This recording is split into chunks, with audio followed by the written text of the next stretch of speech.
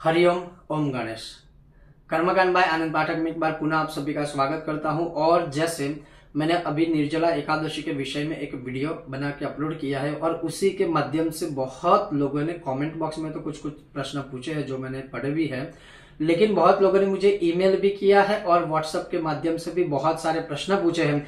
तो उन विषयों का जो संदेह आपके मन में है और खास करके वो कौन सा विषय है, तो उसमें मैंने एक शब्द का प्रयोग किया है। और मैं तो सूत्रधार हूं, मैं तो एक सिर्फ बीच में कह सकता हूं पोस्टमैन हूं। जो शास्त्रों में लिखा है वो लिखा हुआ ही आपके सामने प्रस्तुत कर रहा हूं और भगवान के पास पहुंचाने की, आपके पास पहुंचाने का एक प्रयत्न कर रहा हूं। तो उसमें जो एक प्रश्न के विषय में आप सबके मन में संदेह उत्पन्न हुआ है कि जैसे खास करके महिलाओं ने पूछा है कि हम पूरा दिन काम करते हैं, बर्तन घिसेंगे, ये है वो है, तो उसमें तो पानी का प्रयोग होगा। और मैंने कहा है कि आचमन के समय और स्नान के समय ही पानी का प्रयोग करना है, उसके बिना तो स्पर्श करना भी दोष है और ये शास्त्रों में लिखा हुआ है। तो ये सारे ऐसे कुछ प्रश्न है, उसका भी संदेह समाधान करूंगा। और उसके अलावा इस निर्जला एकादशी को एक बहुत ही बड़ा, बहुत ही संक्षिप्त, बहुत ही सर्वोत्तम दान बताया है जो हर कोई कर सकता है और वो अवश्य करना चाहिए। तो वो है क्या, आज इस विषय और वीडियो में मैं आपको श्रवण करवाऊंगा और आपको बताऊंगा। अगर आपको यह विषय वीडियो पसंद आता है तो लाइक करें, शेयर करें, चैनल पर नए हो तो सब्सक्राइब करके घंटी का चिन्ह दबाइएगा। तो चलिए शुरू करते हैं। तो जैसे मैंने संकलित करके एकत्रित किया है और संक्षिप्त में ही आपको मैं संस्कृत में, उसके बाद हिंदी में बताऊंगा कि निर्जलो पोषित एकादशी व्रतांगत्वेन सहिरण्येन शर्करो उदक कुंभदानम करिष्ये। अब इसमें क्या है कि देखिए दो चीज है, जैसे एकादशी के विषय और व्रत विधि के महात्म्य में भी ये चीज आती है, मैंने आपको श्रवण करवाया था। और वही चीज धर्म सिंधु, निर्णय सिंधु, व्रत उद्यापन के जितने भी ग्रंथ आदि है, जो पौराण कर्म दीपिका आदि है, श्रुति स्मृति आदि सभी ग्रंथों में ये पाया जाता है। अब इसमें है क्या कि मिट्टी का घड़ा लेना है, उसमें जल भरना है और वह अपने जो भी पंडित जी है, मंदिर में जो भी ब्राह्मण देवता है, उनको आपको दान करना है। लेकिन इसमें क्या लिखा है कि वैसे तो यहाँ पर सहिरण्य लिखा है, लेकिन हम समझ सकते हैं कि चलो सोने का मतलब कोई भी चीज द्रव्य उसमें डाल के हर किसी की ये क्षमता नहीं होती है। लेकिन इसमें यह भी लिखा है कि शर्करा, जैसे अगर मिट्टी का घड़ा आपने लिया है, उसमें पानी थोड़ा भरा है, उसमें थोड़ी सी शक्कर मिश्री जो है वो डाल दीजिए और उस घड़े के ऊपर जो उसका बर्तन होता है, जो ढक्कन होता है जो मिट्टी का, वो उसके ऊपर आप रख दीजिए। जैसे मिट्टी के हम दिए लेते हैं, उस दिए को भी उसके ऊपर रख सकते हैं। दिया करना नहीं है लेकिन उसको कवर करना है और उसी के अंदर अपनी स्थिति के अनुसार जैसे 1 चम्मच, 2 चम्मच, 5 चम्मच उसका शक्कर जो होती है, मिश्री वाली जो शक्कर है, खड़ी शक्कर उसको बोला जाता है, वह लेकर उस मिट्टी के घड़े को उस शर्करा के साथ अपने ब्राह्मण देवता को या मंदिर में दान करना है। उस समय क्या बोलना है, तो यहाँ पर केवल एकमात्र श्लोक है और वो श्लोक क्या है, ओम देव देव ऋषिकेश संसारार्णवतारक उदकुंभ प्रदानेन यास्यामि परमं गतिः। अर्थात यह शक्कर के साथ जल भरा हुआ कुंभ अर्थात मिट्टी का घड़ा मैं दान कर रहा हूं या कर रही हूं। क्यों, तो लिखा है कि देव देव ऋषिकेश अर्थात ऋषिकेश नारायण भगवान श्री हरि, भगवान श्री विष्णु को प्रसन्न करने के लिए संसारार्णवतारकम, संसार में से मेरा तारण कीजिए, मेरा पालन कीजिए, मेरा पोषण कीजिए और अंत में मुझे गति मोक्ष दीजिए। अब यहाँ पर दो चीज है, आप एकादशी के दिन भी ये कर सकते हो और अगर एकादशी के दिन ये नहीं करना है तो सबसे उत्तम बताया है द्वादशी के प्रातःकाल, जब आप अपनी एकादशी का पारण आदि कर लेते हो, उसके पश्चात ब्रह्म देवता को दान कीजिए ये मिट्टी का घड़ा शर्करा सहित और उसके बाद आप स्वयं जल अर्थात पानी पीजिए और अपनी एकादशी को तोड़ के अर्थात उसका जो पारण है वह आगे करके भोजन, पानी ये वगैरह खा पी सकते हो। और यहाँ पर क्या लिखा है, ऐसा करने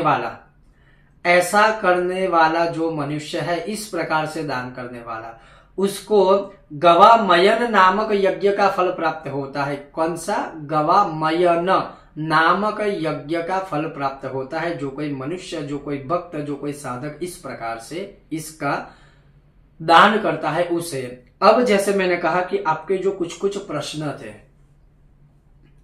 जैसे आपका एक प्रश्न ये है कि क्या हम पानी की जगह चाय कॉफी पी सकते हैं, फलों का रस सेवन कर सकते हैं तो नहीं कर सकते हैं। इसमें भी पानी तो आता है। निर्जला का मतलब पूर्ण रूप से यही है कि जल के रहित, बिना जल के ही पूरा दिन निकालना है। दूसरे दिन सुबह उदय, सूर्य उदय हो सुबह, तब तक के समय तक, जब तक आप पारण ना खोले। तो ये सबसे पहला प्रश्न का उत्तर है। हाँ, मैंने उस विषय में भी कहा था कि एकादशी में केवल फलाहार कर सकते हैं, फलों का आहार, उसमें भी कहीं ना कहीं रस होता है। बहुत लोग ये भी सोचेंगे कि फल कच्चे खाएं, उसमें भी रस होता है, लेकिन जूस निकाल के क्यों नहीं पी सकते, बाहर से जूस क्यों लेकर नहीं पी सकते। तो जूस निकाल के पीना लिक्विड फॉर्म में और कच्चे फल खाना, ये दोनों में बहुत बड़ा अंतर भी है। और वो भी मैं तो ये भी कहूंगा कि निर्जला में तो निराहारी और निर्जला दोनों लिखा है। निराहारी रहना है और निर्जला भी रहना है, लेकिन बहुत लोग हो सकते हैं शायद देश काल के अनुसार के संपूर्ण रूप से शायद निराहार ना रहे, इसीलिए फलाहार शब्द का प्रयोग किया है। अदरवाइज तो निराहारी कुछ खाना भी नहीं है, निर्जला कुछ पीना भी नहीं है। तो आप अपने स्वास्थ्य के अनुसार, क्योंकि बहुत लोग बीमार होते हैं, किसी को जॉब पर जाना होता है, तो वो सारी चीजें ठीक है, वो एक ऑप्शन तो हम खोजते हैं। लेकिन मानिए किसी को डायबिटीज है, किसी को ब्लड प्रेशर है, कोई अस्वस्थ है, कोई गर्भवती महिला है, तो उनको तो ये व्रत कुछ करने की आवश्यकता है नहीं। दूसरा कि ये मिट्टी के घड़े के दान के विषय में भी बहुत लोगों ने, खास करके जो विदेश में रहते हैं, उनका प्रश्न था कि हमारे यहाँ तो मंदिर भी दूर दूर है, हमारे यहाँ पंडित जी भी नहीं मिलते हैं, तो हम करें क्या। तो आप लोगों को केवल ये करना है, छोटा सा अगर मिट्टी का दिया है, एक दिया प्रज्वलित कीजिए, भगवान विष्णु के नाम का दिया प्रज्वलित करें, भगवान को नमस्कार कीजिए कि हम मिट्टी के घड़े का तो दान नहीं कर सकते हैं क्योंकि देश काल वर्ष ऐसी परिस्थिति है, लेकिन हम उसके अलावा वही फल प्राप्ति हेतु तो आपको हम दीप दान करते हैं, चाहे वो गौ माता के घी का दिया हो, सरसों के तिल का हो, तिल के तिल का हो, खड़ी बात हो, लेटी बात हो, उससे कोई लेना देना नहीं है।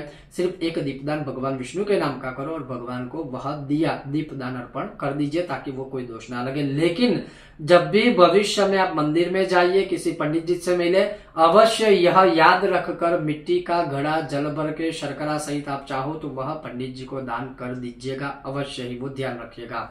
तो ये है। दूसरा कि जैसे उसमें लिखा है कि आचमन करते समय पानी, तो आचमन के बिना तो मतलब जल के बिना आचमन नहीं होगा, तो वो आचमन करना है, ठीक है, उसमें जल प्रयोग हुआ। स्नान किया, उसमें जल प्रयोग किया। अब जैसे आपका महत्वपूर्ण प्रश्न था कि हम पूरा दिन घर में काम करेंगे, खाना भी बनाएंगे, खाने में पानी का प्रयोग होगा, और जैसे बर्तन घिसेंगे तो उसमें भी पानी का प्रयोग होगा। तो इसीलिए तो बोला है कि निराहारी निर्जला, अगर खाना खाना ही नहीं है तो खाना बनाएंगे कैसे, खाना बनाएंगे ही नहीं तो बर्तन खाने के जो जूठे होंगे वो कैसे एकत्रित होंगे, और बर्तन एकत्रित होंगे ही नहीं तो बर्तन आप धोएंगे कहाँ से। लेकिन फिर भी मैंने कहा ना कि अगर घर में कोई गर्भवती महिला है, कोई अस्वस्थ है और उनके लिए खाना बनाना पड़ जाए, उनको खाना खिलाना पड़ जाए और जैसे पानी का प्रयोग करना पड़ जाए तो उसमें कोई दोष नहीं है। लेकिन जिसने यह व्रत किया है वो कोई बहाना खोजकर पानी पीता है या पीती है, कोई बहाना खोजकर खाना बनाता है या बनाएगी या फिर खाते हैं, तो वो फिर दोष लगेगा, क्योंकि हम ऑप्शन खोजते हैं हर एक चीज में। और मैंने बार बार बोला है कि फलाहार के नाम पे मतलब दिन में 200 बार खाएंगे, 2000 लोगों को हम बोलेंगे कि आज एकादशी की है, और एकादशी वैसे करने वाले अगर ये सोचते हैं कि ऊपर स्वर्ग में मोक्ष नाम का एक डिपार्टमेंट है, वहां हमको क्यू में नहीं खड़ा रहना पड़ेगा और हम सीधा ही स्वर्ग में जाएंगे, वो भूल जाइएगा। स्वर्ग में छोड़िए, नरक में भी जगह नहीं मिलेगी। क्यों? क्योंकि हम ऑप्शन खोजकर ऐसी एकादशी करते हैं। क्योंकि निराहारी लिखा है तो निराहार ही रहना है, निर्जला लिखा है तो बिना जल रहना है। अगर आपसे भूखा नहीं रहा जा सकता है तो ठीक है, वो आपकी मर्जी, मत रहिए, भगवान की भक्ति कीजिए, भजन कीर्तन आदि कीजिए, लेकिन ऑप्शन खोज के फिर दोष में जानबूझकर पाप का मतलब ग्रहण मत कीजिए, पाप को ग्रहण मत कीजिए, पाप को मत खाइए। तो ये एक सवाल है। दूसरा, बहुत लोगों ने ये भी पूछा था कि हम सुबह, दोपहर या शाम में किस समय पे भगवान विष्णु का स्मरण करें और कौन से स्तोत्र हम पाठ कर सकते हैं।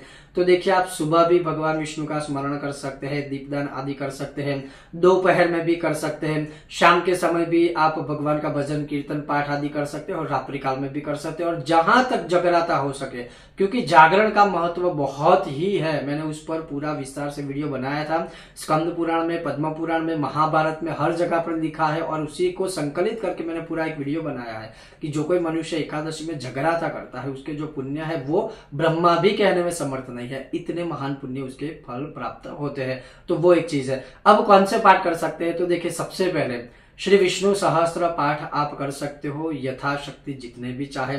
दूसरा, नारायण कवच के पाठ कर सकते हो जितने आपके समय शक्ति हो उसके अनुसार। लघु विष्णु सहस्त्र के पाठ कर सकते हो जितने आपके पास समय आदि हो। ये मैं यहाँ संख्या का कोई प्रावधान नहीं कर रखूंगा, आपके पास समय हो, आपकी इच्छा है, उसके अनुसार आप यह पाठ कर सकते हैं। श्री विष्णु महिम्नः स्तोत्र का आप पाठ कर सकते हो, पुरुष सूक्तम का पाठ कर सकते हो, नारायण सूक्तम का पाठ कर सकते हो। लेकिन मैं इन सब से ऊपर अगर कोई एक विषय बताऊंगा तो वो है श्री विष्णु सहस्त्र नाम का पाठ अवश्य करना चाहिए। कम से कम एक तो एक पाठ अवश्य करना चाहिए। स्पेशल आदि कोई विधान नहीं है, जैसे आप बाकी के दिनों में करते हो वैसे। अब अगर स्तोत्र के अलावा किसी का मन मंत्रों में रहता है तो द्वादशाक्षरी मंत्र है ओम नमो भगवते वासुदेवाय, इसका जाप करना चाहिए।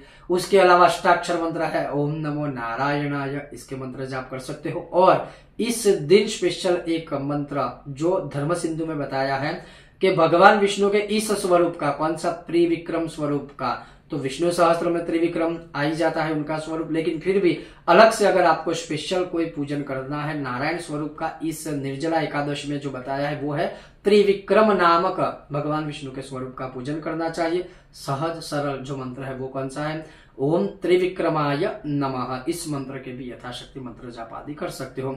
बस इस प्रकार से निर्जला एकादशी में जैसे मिट्टी के घड़े का दान शर्करा सहित, और जैसे आपके जो प्रश्न थे उसके ही उत्तर मैंने इस विषय और वीडियो में दिए हैं। फिर भी देश काल समय अनुसार आपको जो सही लगे आप अपने हिसाब से उसका आचरण कर सकते हो। और निर्जला एकादशी कब है, उसकी कथा क्या है, महत्व क्या है, ये सब कुछ मैंने ऑलरेडी पहले ही वीडियो में आपको बता दिया है। फिर भी अभी भी कोई मन में संदेह है तो आप अवश्य कमेंट बॉक्स में या हमारे व्हाट्सएप नंबर पर हमें प्रश्न पूछ सकते हो। हम अवश्य प्रयत्न करेंगे जितना जल्दी हो सके उसका उत्तर देने का। ओम गणेश, हर हर महादेव। और एक बार पुनः सभी को निर्जला एकादशी की बहुत बहुत सारी शुभकामनाएं। ओम गणेश।